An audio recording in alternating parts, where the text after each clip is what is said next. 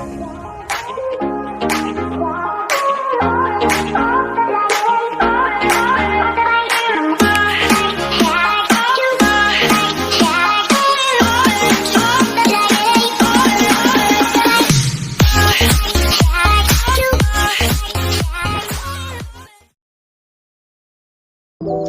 teman-teman, perkenalkan nama saya Nim Hambungan, biasa dipanggil Nim. Saya mahasiswi dari Prodi Keperawatan Masoi tingkat 2A. Ya teman-teman, di video kali ini saya akan menunjukkan bagaimana sih cara menggunakan dan membuka buku 3S. Ya, buku 3S terdiri dari yang pertama buku standar diagnosis keperawatan Indonesia, yang kedua buku standar luaran keperawatan Indonesia, dan yang ketiga buku standar intervensi keperawatan Indonesia. Jadi teman-teman, perlu diketahui ketiga buku ini disusun dan diterbitkan oleh Dewan PPNI atau Persatuan Perawat Nasional Indonesia dengan tujuan agar dapat dijadikan pedoman bagi setiap perawat dalam membuat asuhan keperawatan. Untuk itu, saya mengajak semua teman-teman untuk melihat cara menggunakan buku 3S ini. Selamat menyaksikan. Teman-teman, kita akan mulai dengan buku SDKI. Pada buku SDK ini kita akan masuk pada daftar isinya agar kita tidak perlu kerepotan untuk membuka satu persatu halaman. Di sini saya sudah menentukan salah satu diagnosa, yaitu diagnosa gangguan pola tidur pada halaman 126. Kita cari pada halaman 126.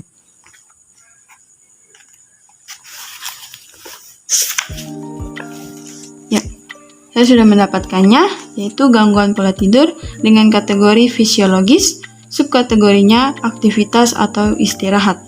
Adapun juga definisi, penyebab, gejala dan tanda mayor, subjektif objektif, gejala dan tanda minor, subjektif objektif, kemudian ada kondisi klinis terkait. Ya, baik teman-teman, di sini gangguan pola tidur dengan definisinya yaitu gangguan kualitas dan kuantitas waktu tidur akibat faktor eksternal. Adapun juga penyebabnya yaitu yang pertama hambatan lingkungan, yang kedua kurang kontrol tidur, yang ketiga kurang privasi, yang keempat restrain fisik, yang kelima ketiadaan teman tidur, keenam tidak familiar dengan peralatan tidur. Di sini juga ada gejala dan tanda mayor.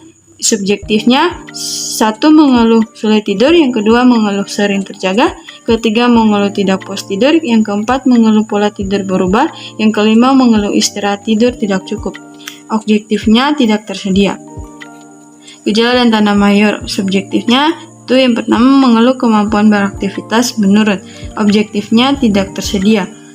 Adapun juga kondisi klinis yang terkait, yaitu yang pertama nyeri atau kolik, yang kedua hipertiroidisme, yang ketiga kecemasan, yang keempat penyakit paru obstruktif kronis, yang kelima kehamilan, yang keenam periode pasca partum, ketujuh kondisi pasca operasi. Ya, itu saja yang ada pada diagnosa keperawatan yaitu dengan gangguan pola tidur. Kita lanjut pada buku SLKI. Ya, teman-teman, kita buka lagi pada daftar isinya. Ya, pada daftar isi SLKI ini ada daftar tautan SDKI dan SLKI. Ya, pada diagnosa tadi kita sudah menentukan salah satu kasus yaitu menentukan salah satu kasus dengan gangguan pola tidur pada halaman 160. Kita cari pada halaman 160.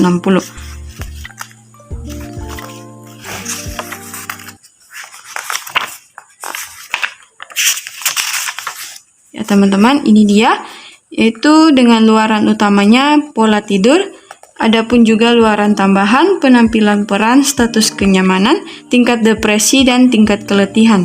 Kita buka pada halaman daftar isi SLKI-nya yaitu dengan luaran utama pola tidur. Kita cari pada daftar isi luaran utamanya. Daftar isi luaran keperawatan dengan luaran yaitu pola tidur pada halaman 96. Kita cari pada halaman 96.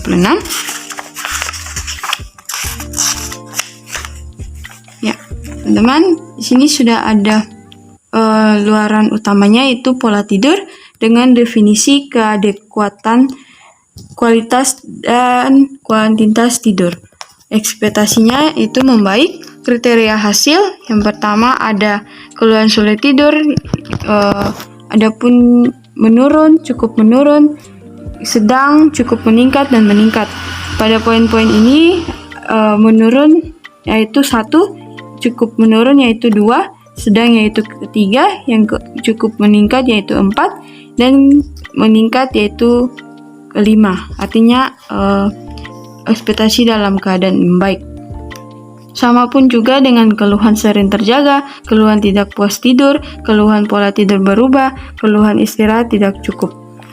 Kemudian juga ada kemampuan beraktivitas, yang pertama meningkat, yang kedua cukup meningkat, yang ketiga sedang, yang keempat cukup menurun, yang kelima menurun. Itu saja yang ada pada buku SLKI dengan gangguan pola tidur dengan luaran utamanya yaitu pola tidur. Ya baik teman-teman, kita akan lanjut dengan buku SIKI. Dan di sini sudah ada buku SIKI atau buku Standar Intervensi Keperawatan Indonesia. Ya teman-teman, kita buka sama pula dengan buku-buku yang lainnya, yaitu kita buka pada halaman daftar tautan SDKI dan SIKI. Dengan diagnosanya tadi yaitu gangguan pola tidur pada halaman 463. Kita cari pada halaman 463.